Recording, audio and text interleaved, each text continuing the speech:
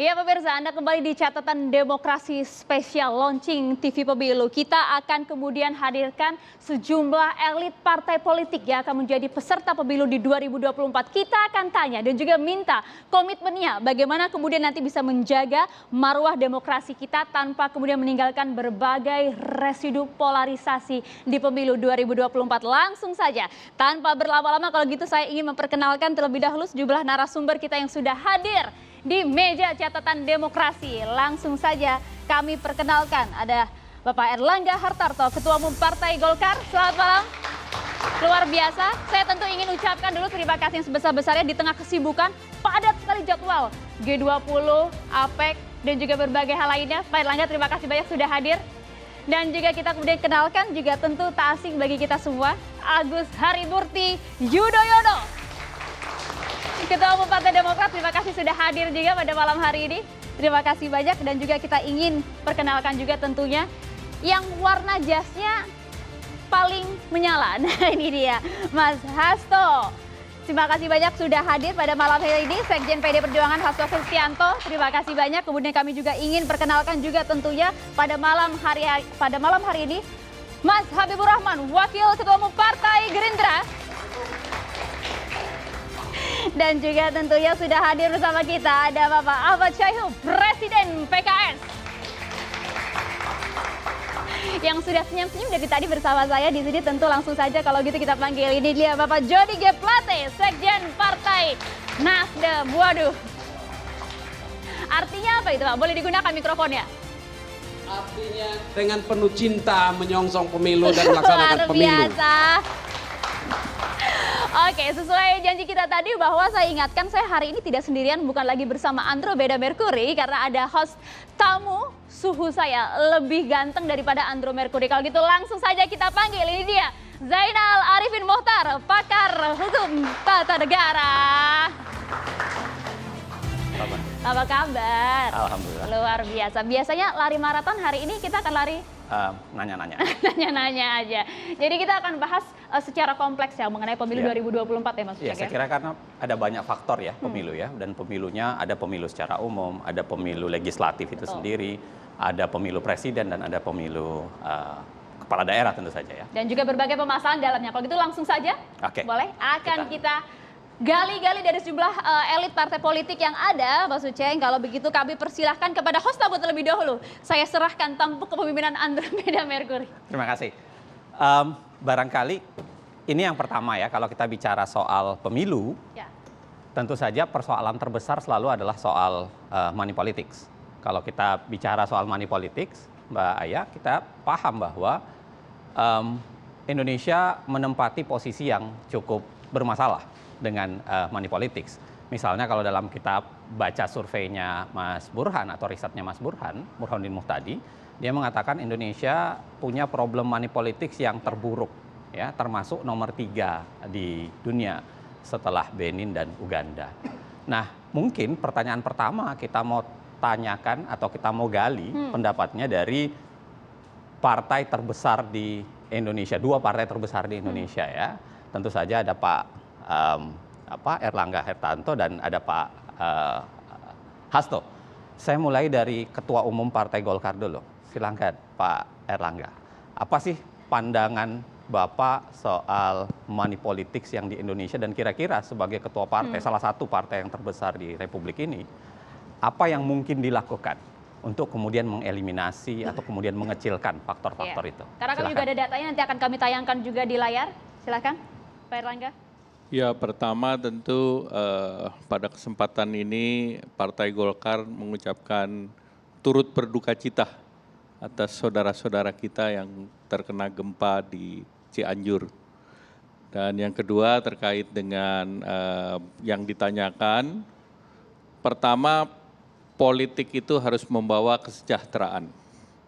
Dan kesejahteraan itu menjadi bagian penting dari pesta demokrasi.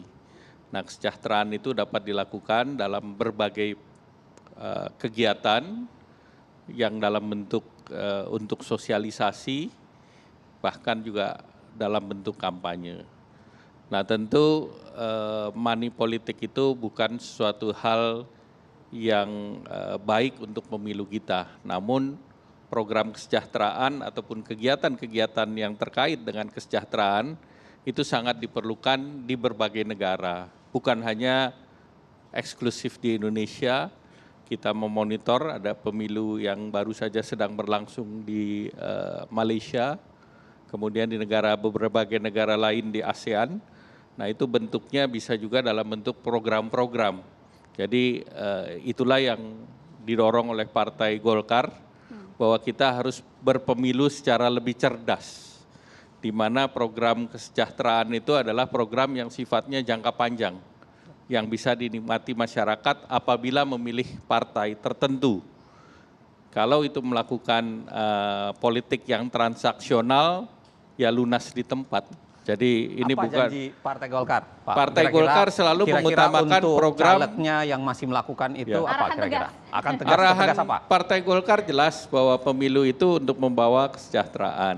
Dan kesejahteraan itu dalam program jangka panjang, apalagi saat caleg ataupun kader Golkar itu, apakah itu di DPR, apakah di pemerintahan, maka program kesejahteraan itu harus menjadi prioritas utama. Ya, Dari Demikian, situ Mas. sebenarnya bisa. Bang Hasto, monggo. 128 kursi di DPR. Bagaimana kemudian arahan tegas kepada sejumlah caleg, sejumlah kadernya untuk pemilu 2024? Kita tidak mau ini ironi klasik politik uang ini kemudian muncul lagi dalam pemilu 2024. Ya, setiap pelaksanaan pemilu bahkan juga pilkada kami sudah mengantisipasi hal tersebut karena ada kecenderungan di dalam pemilu yang wataknya liberal, kapitalistik, kemudian juga miskin gagasan, seringkali money politik menjadi jalan pintas. Dan partai membuat suatu regulasi yang sangat tegas, bahkan ketika itu terjadi di internal, kami memiliki mahkamah partai. Dan kami melakukan suatu edukasi melalui sekolah partai bahwa kami buktikan pengaruh money politik itu tidak begitu efektif kecuali pada H-3 di dalam mempengaruhi persepsi terhadap suara. Kami punya kajian-kajian khusus. Jadi money politik itu kalau tidak tepat distribusinya juga menciptakan persoalan, kemudian tidak menjamin terjadinya kenaikan suara, dan kemudian kerusakan yang muncul akibat money politik. Apalagi kita sebagai partai yang terus mendorong setiap calon anggota legislatif punya hak yang sama di dalam memenangkan suatu kontestasi. Belum lagi pada prinsipnya yang kita pegang, jurdil dan sebagainya. Kami cukup tegas dalam menangani hal itu meskipun di dalam ranah hukum Bawaslu itu juga harus diperkuat. Dan itulah ketika Kalau kita misalnya ada membahas pertanyaan bersama begini, partai Bang lain. Hasto, seberapa yakin PDIP bisa menegasikan atau menghilangkan yang namanya praktik? Kalau kita lihat dari hasil survei, PDI Perjuangan ini selalu jauh lebih tinggi daripada hasil yang diperoleh. Jadi elektoral kami 23%, pemilunya kami mencapai 19%. Kajiannya yang dilakukan oleh lembaga-lembaga independen itu menunjukkan perubahan terakhir itu karena praktek-praktek kecurangan pemilu, sehingga mengapa suara PDI Perjuangan itu selalu lebih rendah daripada hasil survei. Maka kami termasuk pihak yang dirugikan oleh praktek-praktek money politik, sehingga partai juga mengendorse seluruh kader partai untuk tidak melakukan hal yang sama. Ya, Mas Hasto, tapi kalau kita lihat juga ada data juga kami tayangkan di layar kaca, jumlah pemilih yang terlibat politik uang di pemilu 2019 bahkan angkanya cukup tinggi, 19 hingga 33%, ini data dari indikator politik Indonesia. Nah, bagaimana kemudian bisa membedakan ya antara money politik dan juga kemudian sebutan uang transport begitu? Bagi para tim ses, kemudian juga para peserta yang hadir dalam setiap kampanye? Ya, sangat berbeda. Money politik kan suatu upaya sengaja yang diberikan kepada pemilih agar memberikan suatu preferensi dukungan kepada partai atau calon anggota legislatif atau calon presiden atau calon kepala daerah. Itu yang dilakukan. Motifnya itu adalah pada suatu transaksi untuk mendapatkan dukungan melalui jual beli suara. PDIP melarang keras itu? Kita larang keras hal tersebut. Ada aturannya. Saya kira komitmen ini harus pindah ke semua Itu dia. partai ya, karena Juga pendidikan politik Persis. menurut kami sangat penting agar rakyat juga tidak tergoda oleh praktek-praktek persis, money politik. karena yang namanya suap money politik tentu saja resiprokal ya sifatnya. Kalau ada yang minta tentu akan susah.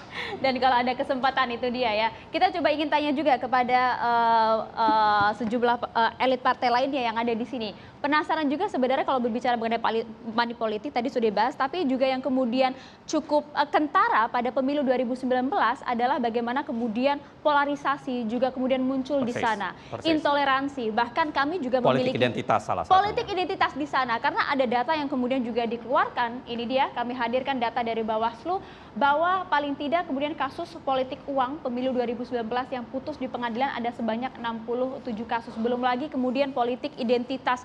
Ada riset kemudian juga dihadirkan oleh Indikator Politik Indonesia bahwa ternyata sejumlah daerah bapak-bapak yang memiliki tingkat toleransi yang cukup tinggi justru kemudian akan beralih menjadi daerah yang kental akan politik identitas menjelang pemilu. Itu dia. Nah, kita coba ingin tanya mengenai hal ini kepada Mas Ahaye. Mas Ahaye, bagaimana kemudian kita bisa memastikan ya bahwa lagi-lagi politik identitas ini tidak kemudian memecah belah bangsa, residu yang terjadi pada 2019 tidak kembali terjadi di 2024. Terima kasih. Sebelumnya saya juga ingin menyampaikan duka cita atas tragedi bencana alam di Cianjur yang telah menewaskan saudara-saudara kita. Yang kedua, tentu selamat kepada TV One atas launching TV pemilunya. Baru yang ketiga, saya ingin menjawab apa yang disampaikan oleh Mbak Maria tadi, bahwa politik identitas itu bukan sesuatu yang baru. Tetapi kalau dieksploitasi secara berlebihan, maka hanya akan menyisakan polarisasi dan juga konflik yang berkepanjangan. Biasanya sesuatu yang menyentuh sentimen primordial diturunkan lintas generasi. Ini harus kita cegah. Demokrat keras menegaskan bahwa tidak boleh untuk kemenangan sesaat kita menggunakan politik identitas. Nah, yang justru harus menjadi concern buat kita semua adalah jangan sampai terlalu mudah di negeri kita itu melabeli seseorang atau sebuah kelompok. Politics of labeling. Juga satu paket dengan politics of identity. Jangan sampai kita mudah melabeli suatu kelompok A dengan sebutan tertentu, B dengan sebutan tertentu. Bisa menggunakan garis identitas, baik suku, agama, ras, etnis, tapi juga bisa ideologis. Kita juga pernah memiliki pengalaman buruk 2019 yang lalu. Ada yang menamakan dirinya Pancasilais, ada yang menggunakan agama. Ini tidak boleh lagi terjadi. Bukankah Indonesia ini milik semua dan semua itu dijamin di negeri kita. Jadi saya berharap dan kita semua harus memperjuangkan agar tidak terjadi lagi polarisasi. Kalau boleh sedikit Mas Uceng, mengomentari masalah politik uang, money politics. Kalau saya melihat dari dua sisi, yang pertama vote buying. Tadi disampaikan oleh Pak Erlangga dan Pak Hasto bahwa memang harus kita cegah, komitmennya harus tegas. Jangan sampai membeli suara ini menjadi norma yang kita tidak tahu kapan ujungnya. Dan ketika berbicara transaksi sesaat, tentu harus kita bangun literasi, jangan sampai karena satu hari itu mengorbankan visi, misi, dan harapan besarnya untuk 5 tahun ke depan. Mas Ahaye, kalau ada kader Demokrat yang kemudian ketahuan melakukan money politik, apa sanksi tegasnya? Tentu kami atur dalam ADART dan Fakta Integritas. Tapi yang kedua, selain vote buying, kita juga harus meneliti bahwa sometimes seringkali ini juga terjadi pada tataran jauh lebih besar. Bahwa kalau ada pemodal-pemodal besar berkoalisi, berkolusi, kemudian bisa seolah mengatur jalannya pemilu. Ini tidak sering dibahas. Akhirnya ada super blok 1 dan 2. Seperti ada match fixing, batu akur. Ada yang dihentikan, ada juga yang diberikan jalan. Nah ini juga harus diantisipasi karena tidak boleh karena money power, money talks, kemudian seolah-olah ada kekuatan-kekuatan yang dipersiapkan untuk siapa saya nggak tahu.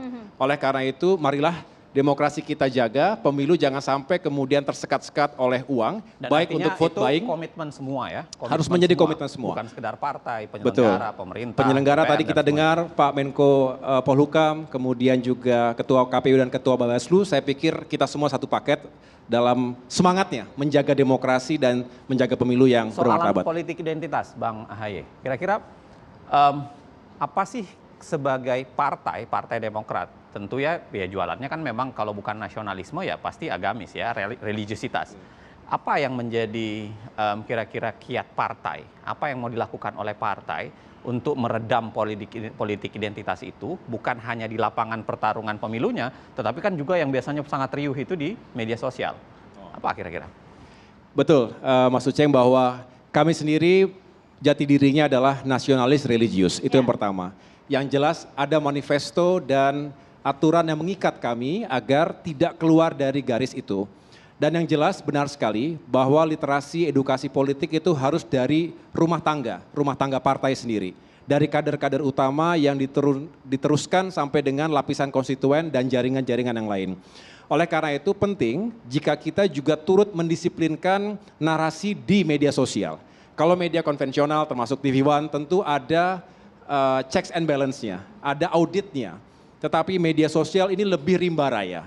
Oleh karena itu bagus kalau kita semua punya komitmen agar turut menjaga media sosial ini bebas dari narasi-narasi yang membelah. Politik kebencian, ujaran kebencian yang membelah ini yang justru akan merusak kualitas demokrasi kita.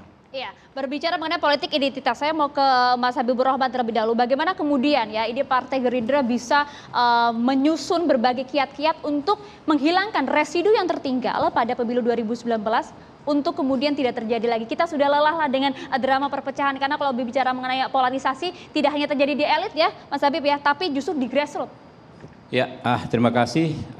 Sebelumnya terlebih dahulu saya ingin mengucapkan duka cita mendalam atas musibah yang baru saja terjadi di Cianjur dan sekitarnya. Saya juga mengucapkan selamat kepada TV One atas launching sebagai TV pemilu agar bisa memaksimalkan fungsi penyampai informasi, penyampai verifikasi, dan penyampai edukasi yang maksimal kepada rakyat. Sehingga apa yang kita sampaikan hari ini dua hal yang menjadi momok dalam pemilu. Yang pertama politik identitas, yang kedua politik uang. Ya. Yang pertama dulu saya sampaikan soal politik identitas itu kadang-kadang kita gampang menjudge seorang, gampang menunjuk orang, tapi sukar mengkoreksi diri sendiri.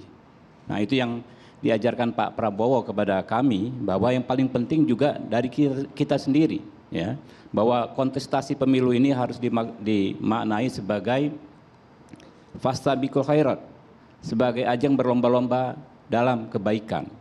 Sehingga bentuk-bentuk kampanye kita dalam meraih suara tidak dengan menyerang pihak lain berikut identitasnya, ya, tidak dengan menyudutkan orang lain, ya, pihak-pihak lain, partai-partai lain, calon-calon lain, tapi justru dengan menunjukkan keunggulan track record, keunggulan visi misi program yang kita miliki.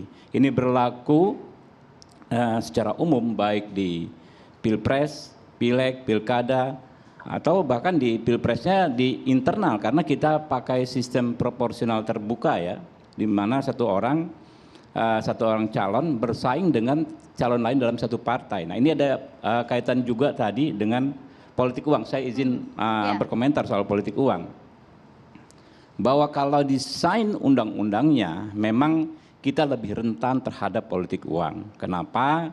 Ya, kita sistem proporsional terbuka, ya, banyak sekali dijumpai bahkan di internal itu ada pihak-pihak yang melakukan politik uang di internal partai. Nah bagaimana caranya? Nggak ada lain, nggak ada bukan, adalah maksimalisasi penegakan hukum pemilu, ya, baik hukum administrasi berupa maksimalisasi sanksi-sanksi maupun pidananya. Kalau ini maksimal, penyelenggara pemilu maksimal menjalankan tugasnya sebagai wasit, ditambah lagi penegak hukum dalam konteks Gakumdu, sentra Gakumdu, sentra penegakan hukum terpadu dimaksimalisasi. Saya pikir dipastikan ada efek jera dan ada efek takut. Ya, kemarin itu saya juga banyak melakukan advokasi. Sebelum saya anggota DPR, saya pengacara, banyak berkiprah di pemilu, ya, berbagai pemilu. Saya pikir orang ancaman 1-2 bulan penjara itu juga ngeri, Pak. Kalau kriminal mungkin nggak takut, tapi kalau politisi, orang yang berpolitik, ya, sehari-hari jauh dari ancaman penjara, ketika ada ancaman penjara dia takut. Dan banyak sekali contoh sebetulnya yang memang sudah dilakukan oleh Bawaslu kemarin. Orang yang melakukan pelanggaran, ya, dihukum baik dalam tahapan kampanye maupun dalam tahapan pemungutan suara, dan akhirnya gugur sebagai peserta pemilu, meskipun dan itu pekerjaan berat besar ya, juga ya untuk KPU dan Bawaslu. Makanya ya, saya bilang ya DPR mendorong penguatan Bawaslu dan sentra Gakumdu, ya, Pak Rahmat Bagja ini walaupun memang sudah berat ya orangnya ya, tapi dikasih tugas lagi yang tambah berat pada beliau.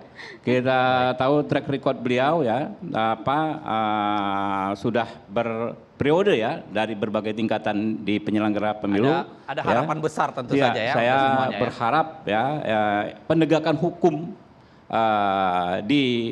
mengatasi politik uang ini bisa maksimal. Iya, Demikian. menarik, Pak menarik, Habibur menarik. Rahman. Iya, menarik karena kalau kita kemudian berbicara mengenai politik uang dan juga kemudian berbagai politik identitas, pasti komitmennya yang disampaikan adalah menolak keras, tapi Betul. implementasinya bagaimana? Jadi nanti kita juga ingin tanya komitmen dari sejumlah Pertanyaan partai lebih lanjut politik tentu ini saja ya, ya lebih untuk dalam. kemudian bisa dijawab juga oleh Pak Ahmad Syaihu dan juga Pak Jody Gilbert. Usai jeda ya, tapi ya sesaat lagi untuk Anda.